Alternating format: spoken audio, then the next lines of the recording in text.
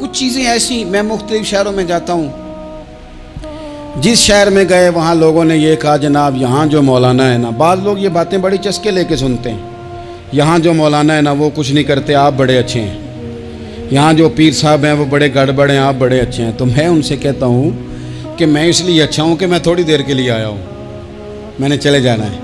اور دوسری بات یہ کہ مجھے آپ جتنا مرضی اچھا کہہ لیں، میں نے رخصت ہو جانا ہے 2-3 گھنٹوں کے بعد۔ یہاں جس آدمی کا آپ شکوہ کر رہے ہیں نا، آپ اس کو جنازے کے لیے خبر کریں نہ کریں، اسے پتہ چل گیا نا محلے میں جنازہ ہو گیا ہے، تو اسے کوئی کام بھی ہوا تو اس نے کہنا یار نہیں محلے میں فوتگی ہوگی، میں نے جنازہ پڑھانا ہے، اس نے جانا نہیں۔ تو کمزوریاں تو سب جگہ ہوتی ہیں، لیکن ان کمزوریوں کی وجہ سے آپس میں بغض پیدا کر لیا جائے گا۔ اور پھر کمال بات ہے نا کہ اپنی ساری کمزوریوں سمیت اپنے آپ سے پیار ہے، اپنے آپ سے محبت ہے، اور دوسرے کی ایک کا پتہ چل جائے تو ہمیں گھن آنے لگ جاتی۔ تو حضور نے خطبہ حجت الوداع کے موقع پر یہ بات ارشاد فرمائی۔ دوسرا حضور نے فرمایا لوگوں یاد رکھنا، یہ خطبہ حجت الوداع میں نبی پاک نے فرمایا، یہ حضور خطبہ دے رہے ہیں، اور اس وقت دے رہے ہیں جب حضور صحابہ کو بتا چکے ہیں کہ یہ آخری ملاقات ہے، جو دور دراز سے آئے ہیں ان کو بتایا ہے کہ یہ میری تمہاری جو مجلس ہے، جو محفل ہے، جو تم سے بات ہو رہی ہے، یہ آخری ہے۔ محبوب فرمانے لگے لوگوں یاد رکھنا قیامت قائم ہوگی۔ ان جملوں کا حسن ملاحظہ کر لیں۔ فرمایا قیامت قائم ہوگی، تم اپنے رب سے ملاقات کرو گے، اور فرمایا تمہارا رب تم سے تمہارے اعمال کے بارے میں پوچھے گا۔ یہ خطبہ حجت الوداع میں کریم نے فرمایا۔ صبح تم اٹھے، کیا عمل کیا، اللہ پوچھے گا۔ کسی سے ملاقات ہوئی، طرز کیا تھی، سوچ کیا تھی، اللہ پوچھے گا۔ لین دین میں کیا معاملات تھے، تمہارے اعمال کے، اللہ سے ملاقات ہوگی، وہ کھڑا کر کے پوچھے گا۔ اور حدیث میں کئی جگہ پہ حضور نے فرمایا وہ تم سے سوال کرے گا، تمہیں جواب دینا ہے۔ میرے عزیز بھائیوں، تیار رہنا چاہیے، تیار۔ ہم نا منت کرتے ہیں آخری دن ہو نا، تنخواہ دار لوگ کہتے ہیں یار یہ آخری ایام چل رہے ہیں، کوئی خرچہ نہ بتاؤ، اس لیے کہ حساب کے متھے لگنا ہے۔ آخری دنوں میں، بجٹ کے دنوں میں لوگ پریشان ہوتے ہیں کہ حساب دینا ہے۔ جب رب سے ملاقات کریں گے اور وہ حساب مانگے گا، کتنا مشکل کام ہے۔ اور ایک مقام پہ حضور نے فرمایا جس سے اللہ نے حساب مانگا وہ تو الجھ گیا، دعا کرو وہ حساب مانگے ہی نہ، بے حساب ہی بخشش فرما دے۔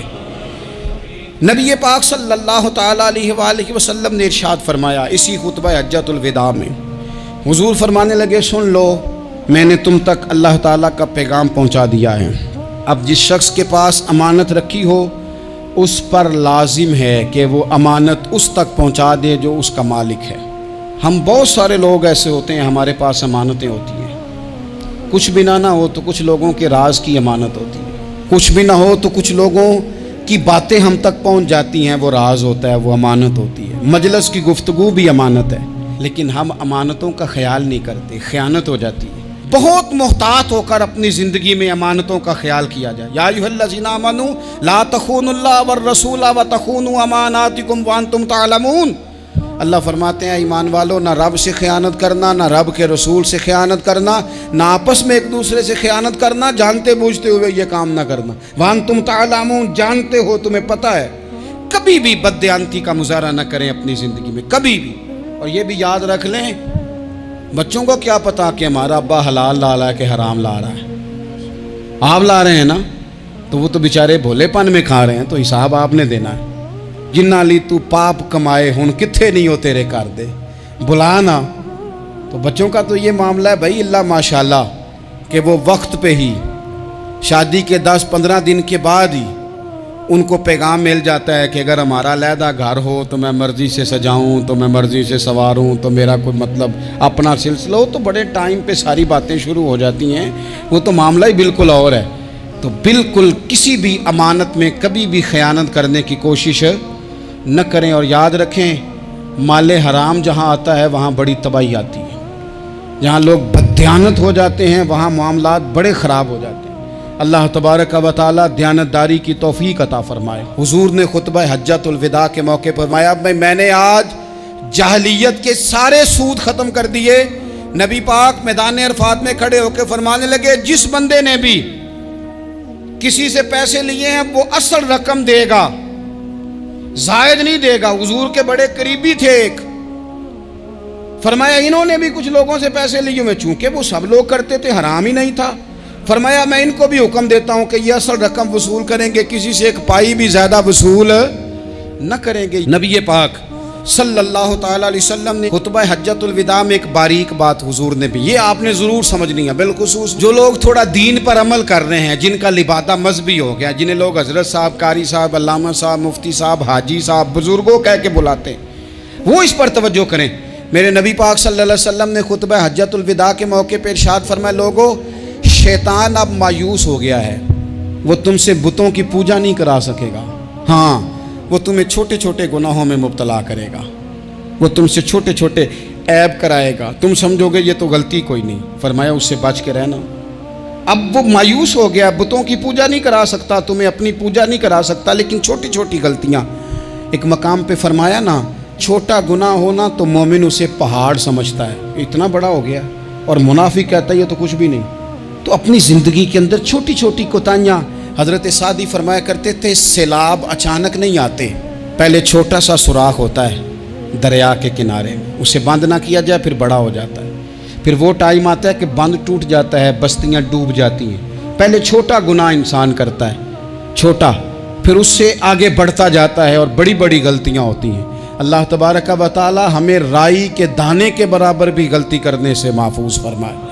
نبی پاک صلی اللہ تعالیٰ علیہ وسلم نے اسی موقع پر ارشاد فرمایا، لوگو اللہ سے ڈرتے رہنا، اور میں تمہیں عورتوں کے ساتھ بھلائی کی وصیت کرتا ہوں۔ فرمایا رب نے تمہیں اختیار دیا ہے، عورتیں تمہارے سپرد کی ہیں، ان سے اچھا سلوک کرنا۔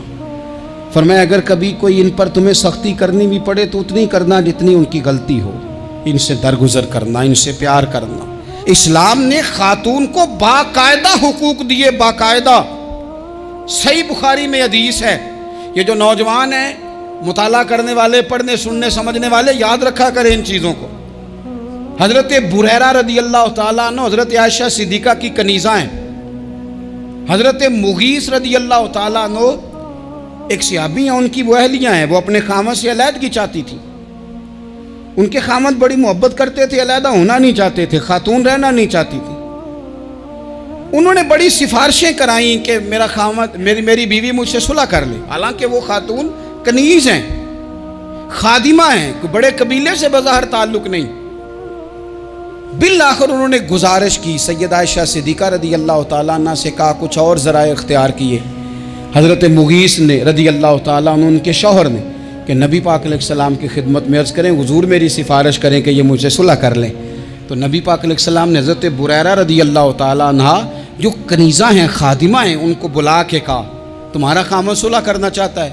یہاں برادری کا بڑا کے کہتا ہے پتر وہ میری بھی نہیں تو گال رکھنی، وہ میرے ککھاں دا بھی نہیں تو، وہ کیا کہہ رہے ہیں آپ؟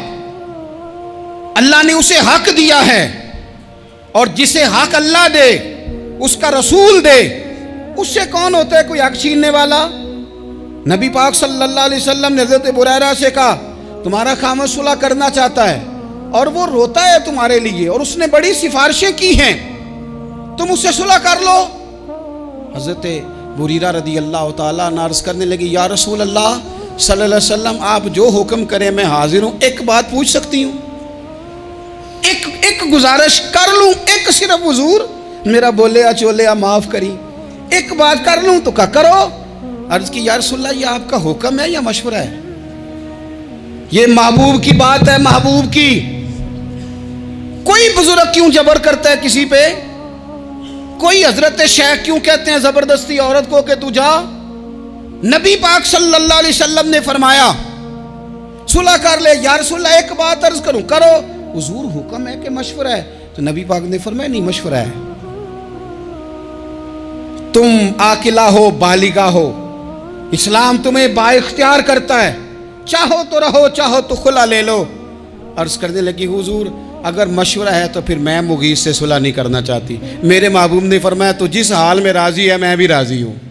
ٹھیک ہو گئی بات، ختم ہو گئی۔ حضور نے کوئی زور نہیں، اتنے اسلام حقوق دیتا ہے عورت کو، کسی کو اجازت نہیں کہ وہ جبر کرے، وہ ظلم کرے۔ میں آ گیا ہوں صلح نہیں کرنی، بے تو کیوں آیا ہے؟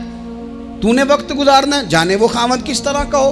تو نبی پاک صلی اللہ علیہ وسلم نے خطبہ حجۃ الوداع کے موقع پر فرمایا عورتوں کے ساتھ اچھا سلوک کرنا۔ اللہ تبارک و تعالی جو حج پڑھا جا رہا ہے اس کے صدقے پوری امت پر اپنا فضل فرمائے۔